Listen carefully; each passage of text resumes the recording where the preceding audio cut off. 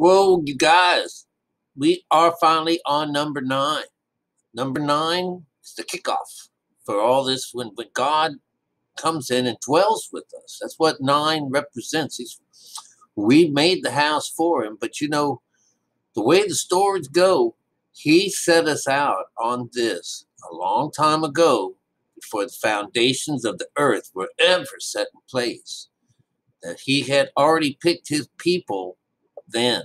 He had done that. That's how he set the seed in us. And that's what the seed is about. It's our soul. And so we go on to number 9 and we hear about this thing, our soul, that if it's not done correctly, then it won't come alive. But when they are, it's a beautiful thing. We also are reiterated or retold. A lot of people make it over to this other side, but those that do are cherished. It's really beautiful. I would like to take you into chapter 9. Now, not when God comes and dwells with you, he's made this home, it's now his. We just talked about that on the last chapter. That this is, he sealed it up. There's no more evil. This is, the beginning of the end. All these stories are about the end of times. But that, here, let's go to it. Let's just go right down to it here, while we still have such short time. This is chapter 9. This is about consciousness. This is this battle for your consciousness. Is it going to be hell taking over? Or is it going to be, the wicked mind? Or are you going to go for this, what they call the righteous mind? Someone who is in their right mind, when the two things are connected together. So anyways, we'll start off at 2. Thou shalt understand that it is the very same time whereas the highest will begin to visit the world which he made. 9, like I said, 9 is, this is, I will come and dwell with thee when you make this place. All right. So this is about when to visit the world which he made. Remember, he set us on this course a long time ago by planting the seed in us. And whatever being we've been in during our time, during this time, remember, this was from the foundations of the earth. So it sounds like it's a real long time. And they talk about that the outside of us can pass away, but his word, which he puts inside of us, does not pass away. So we know that that word is representing our soul. And that soul is up to whatever Father tells it to do. If that Father says, we're going to believe in religion and we're going to walk across this here and we're going to do what we're told, that's what that soul says. I'm with you, man. I'm with you. But at the same time, it grows. It's considered dead because when the outside of us goes for the lower and brings everything down low, we lose this child. We lose this effect and this ability to go in and search for God and even finding him. So this is where the soul doesn't get watered, when the seed doesn't get the proper watering.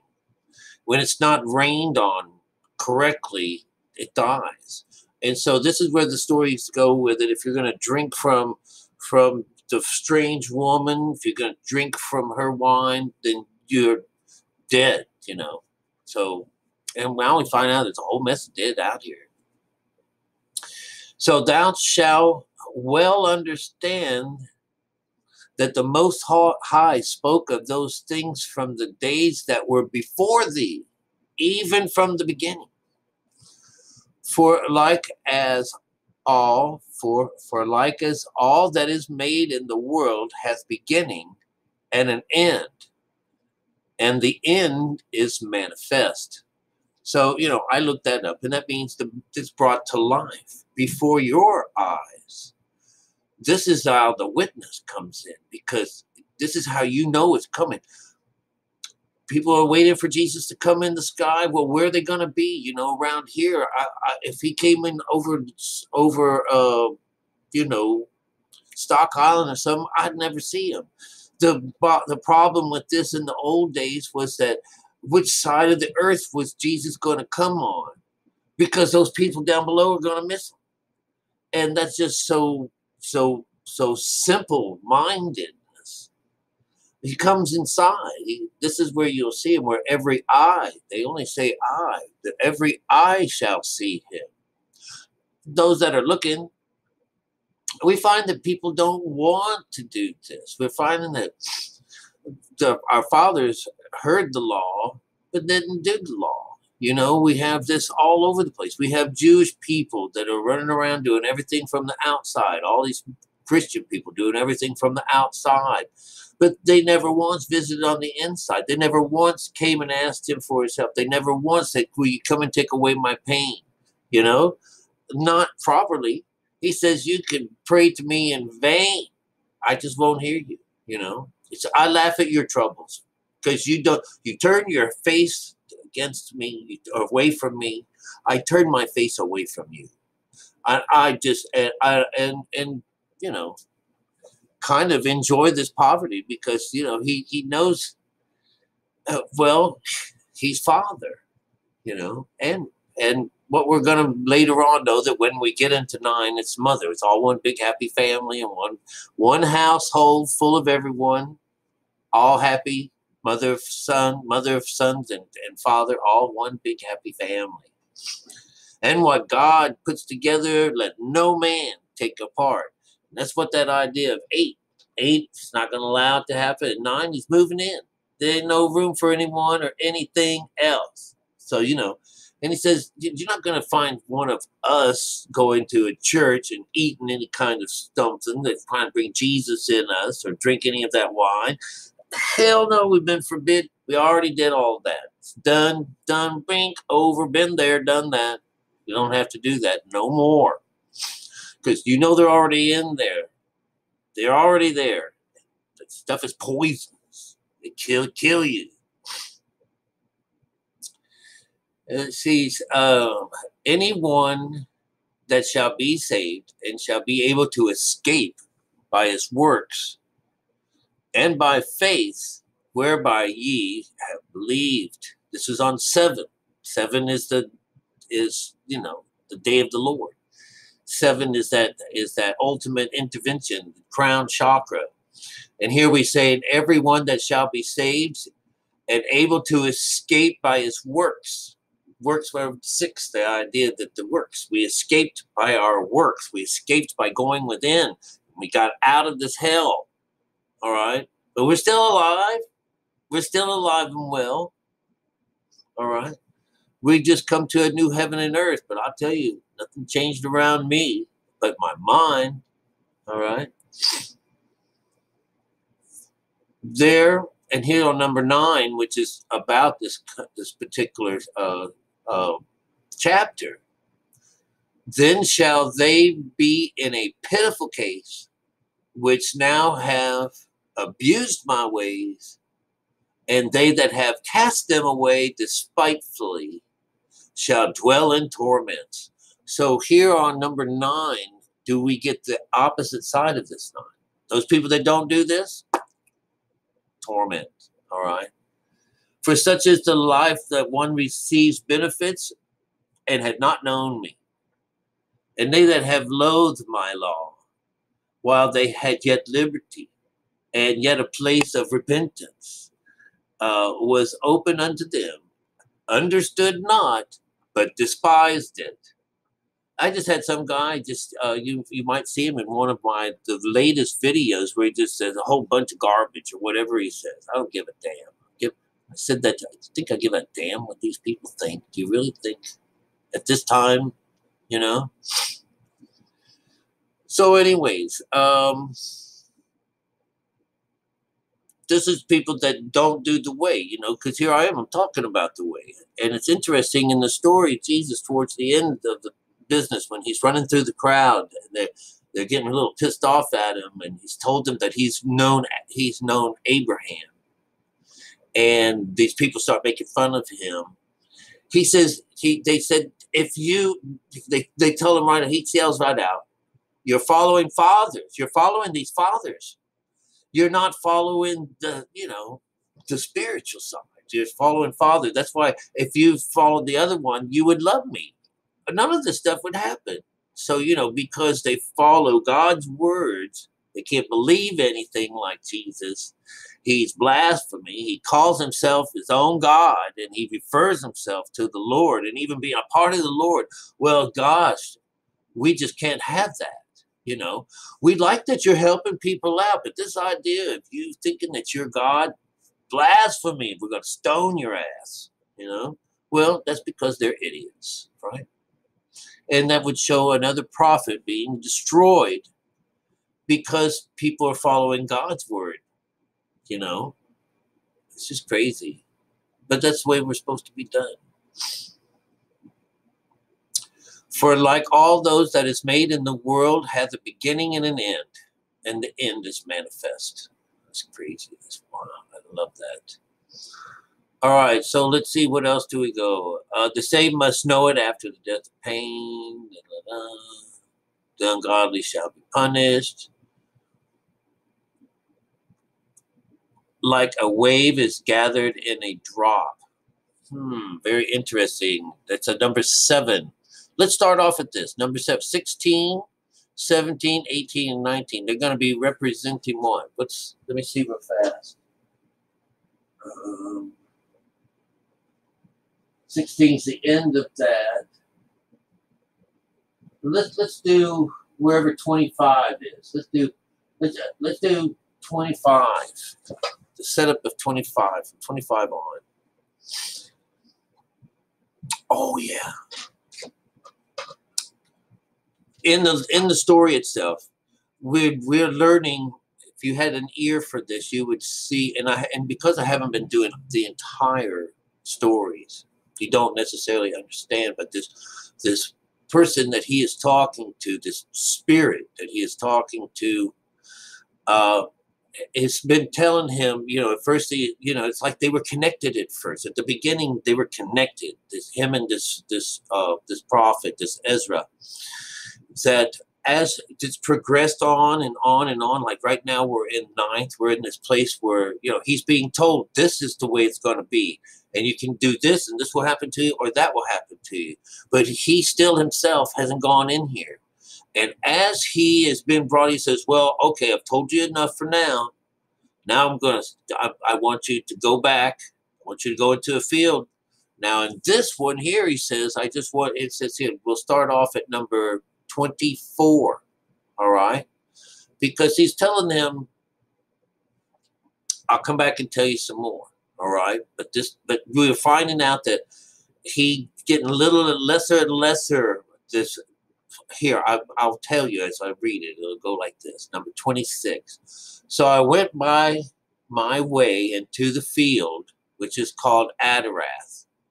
And like he commanded me, there I sat among the flowers and did eat of the herbs of the field, and the meat of the same satisfied me. That means whatever he got out of the herbs did fine. He's being treated like an animal. Go find yourself out in the middle of he's not allowed to drink any wine, and he's also not supposed to he's not supposed to fast this time. So that means this is an outside conversation coming to him. And the angel comes down and finds him, says, pray, pray, pray, pray, pray, and I'll come find you. So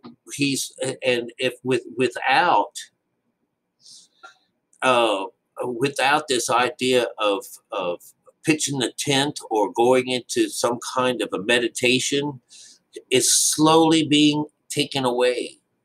I'm almost sure that this whole thing is going to wind up with him being captive. All right. That's how the story is. He's still in, there's like a little residue. They've just been from the beginning story, from the first chapter. And I prayed unto the highest continually, that will I come and talk to thee. So I went by the way of the field, which is called and I said the flowers. He ate and it satisfied me. After 7 days, I sat up in the grass, and my heart was vexed within me, like as before. And I opened my mouth and began to talk before the Most High, and said, O Lord, thou that showest thyself unto us, thou was showed unto our fathers in the wilderness, in a place where no man treadeth, in a barren place, where they came out of Egypt. And thou sayest, Hear me, O Israel, hearken my words, thou seed of Jacob. For behold, I sow my law in you, and it shall bring fruit in you, and ye shall be honored of it forever.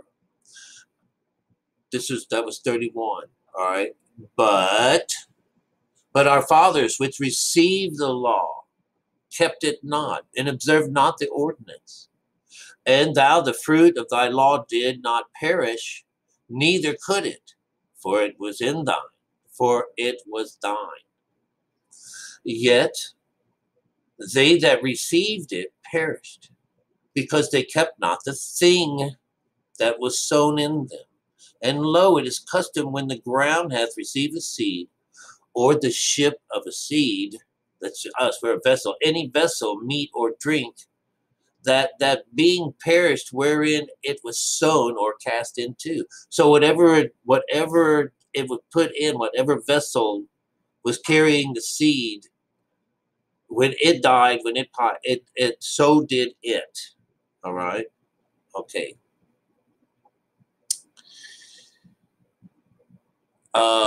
Yet they that received it perished, because they had not. All right. So the dole. That thing also which was sown or cast therein or receiveth doth perish, and remaineth not with us. But with us hath not happened so. For we that have received the law perish by sin, and our heart also with it, which receiveth it. Notwithstanding the law perish not, but remaineth in its force. Those people that do the law do not perish and remain in its force. We're getting down to the end. All the good stuff is in the end. And then I spake these things in my heart. I looked back with mine eyes. Now, this is showing it's kind of an outside situation. And upon the right side I saw a woman, and beheld, she mourned. She wept with a loud voice, and was much grieved in her heart, and her clothes were rent, and she had ashes upon her head. This is number 38. That's 8, 9, 10, 11. So she's talking, this is God's creation. She's got ashes on her head. Oh my God, you guys. She's got rented clothing. So she's in spirit. Because remember, you have to take your clothing off. That's the idea. But when they rip the clothing, this is the same thing as taking them off. All right. To disrobe. All right. So, so she's in this place where she has a husband, and she's barren. Okay, let's get back to work here. It says here, then let I my thoughts go, and I turned unto her, and said unto her, Wherefore weepest thou? Why art thou so grieved in the mind? And she said unto me, Sir, let me alone, for I bewaileth myself, and add unto my sorrow. For I am sore vexed in my mind, and brought very low. This is the idea that when we take on the lower person, she was high. She's been brought low. She's looking to be raised. All right. So as this keeps going, it says, and I said to her, What aileth thee? She said unto me, I, thy servant, have been barren, and had no child, though I had a husband 30 years. And those 30 years did I nothing else day and night, and every hour, but make prayer to the highest. After 30 years, after the three, after this intervention, God heard me, and thine handmaid. Remember the handmaid. Mary calls herself a handmaid. Mary is a handmaid. She's the one who brings about this child. Look upon my misery, she considered my trouble, and gave me a son. And I was very glad of him. So my husband was also, and my neighbors. And we gave great honor unto the Almighty. And I nourished him with great travail. So when he grew up, came to the time when he should have a wife, I made a feast.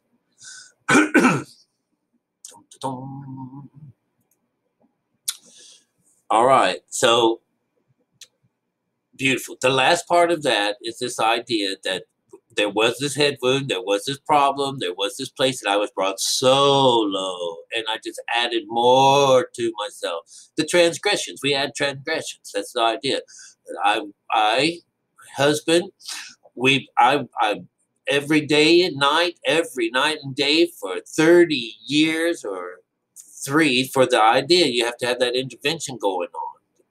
God, 1, 2, and 3. 3 is the combination of you and God. You represent those two things back there plus the child. And you don't have them at first. And here in the story, it shows us at the end of this part of this particular 9 how this woman regained it. And it's the story of Jesus. It's the story of any of these barren women. They did not get their babies from an outside source. They did not pop these babies out of them through their womb. It was all begotten. This all happens inside the mind. That's how it works. All right. So anyways, there goes chapter 9. Chapter 9. This idea that, this is when God comes and he dwells with us. This is what happens. Unless you're wicked and it doesn't take to come back around and do it all over again. Now, in this particular story, you look across those things that have 5 in them, anything that has to talk about the 5, the body. Look at what they call as the vessel. They call all these things that are containing something inside them, the seed. You guys, that's how it goes. All right. So be careful out here. You might be stepping on dogma from time to time. I've been out fishing. When I've been out fishing, all they do is drag shit all over these channels. So put up with that, okay? And I'll chat with you soon. I love you. Best to you.